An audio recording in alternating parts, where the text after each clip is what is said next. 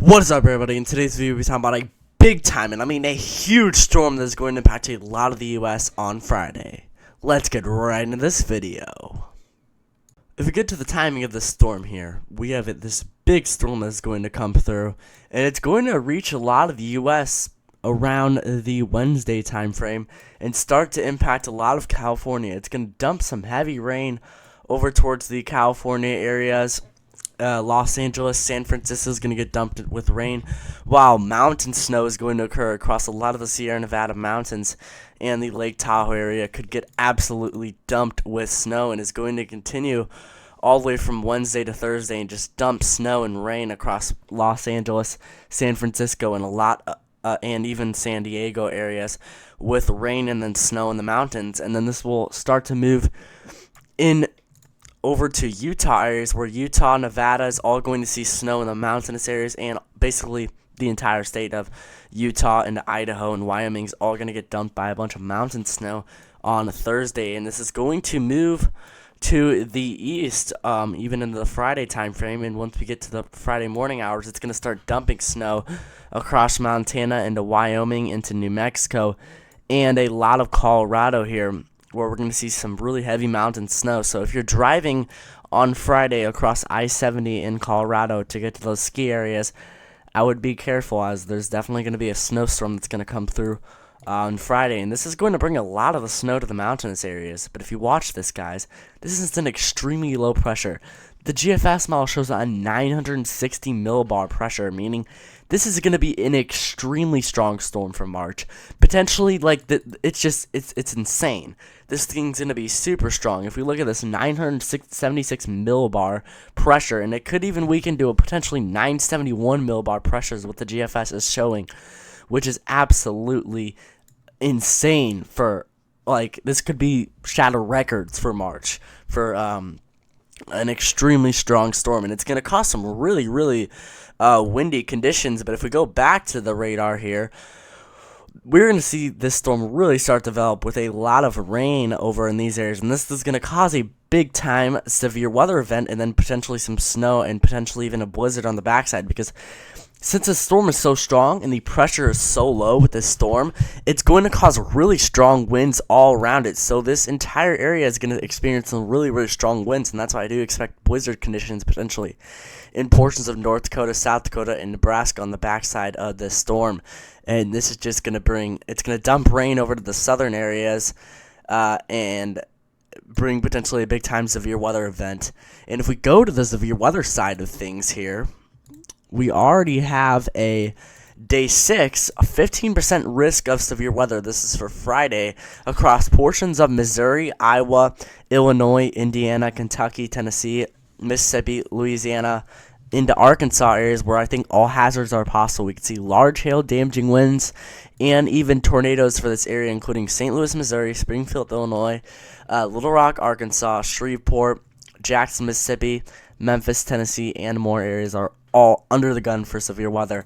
And this will shift to the day 7 outlook we have on Saturday further south, where we could see a deep south messy storm on Saturday across portions of Alabama and Tennessee and Georgia and Mississippi, including Birmingham and Atlanta areas. But this is definitely a little bit far out right now, but once we get closer, we will get more details on how significant this will be.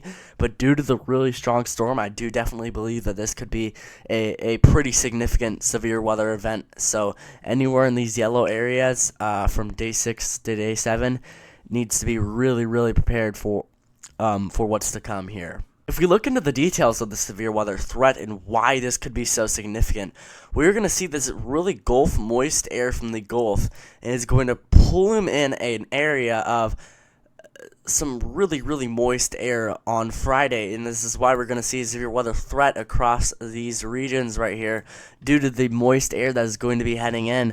And this is going to be combined with with extreme CAPE for we're going to see plenty of CAPE. The last storm would not have as much CAPE, and what CAPE means is convective available potential energy, and this is basically energy for thunderstorms. The energy that makes these thunderstorms explode and become big is what I'm saying. We don't have the parameters to show how much the tornado threat will be, and we are still a little bit far out, but I am definitely concerned as the 850 millibar low-level jet shows it's pretty strong here, and I do definitely think that this could cause some spin and a tornado threat possibly on day 6 on Friday. This is why I'm definitely concerned about this potential for the central and southern U.S. for a tornado threat, damaging wind, and potentially even a hail threat.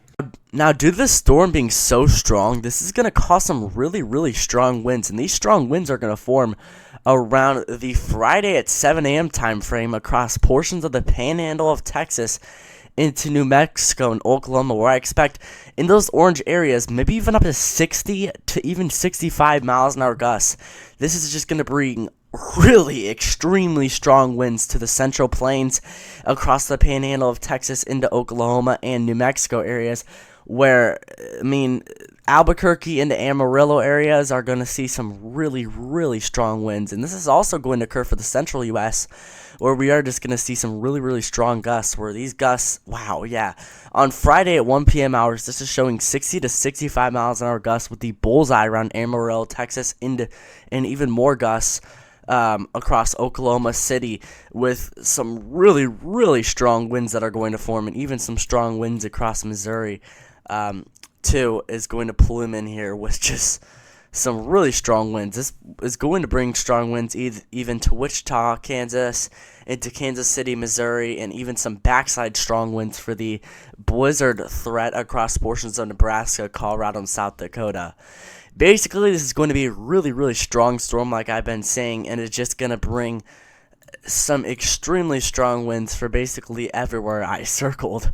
It's going to be a windy one out there, definitely. And these strong winds are going to be combined with some really low relative humidity here. It's going to be extremely dry across portions of Texas into Oklahoma and New Mexico. And this, combined with the extremely strong winds, is going to cause some really strong wildfire conditions on Friday. And I think the National Weather Service Storm Prediction Center has highlighted these areas across the panhandle of Texas into Oklahoma for some big-time strong wildfire threats due to the combination of really strong gusts and a really low relative humidity and dry air that's going to be heading in, where we do expect critical fire danger here. So definitely do not be making any fires or anything, because it will explode in this type of conditions. Hope everybody did enjoy this video. This storm is going to be a big one, and hope you guys are staying prepared out there, as this is just going to be a really strong storm. We will have more details in the coming days, and I will upload another video in the next few days or so, as we're going to get more details on the significant storm threat here. Hope you guys did enjoy this video. Make sure to like and subscribe to my YouTube channel. Bye, everybody.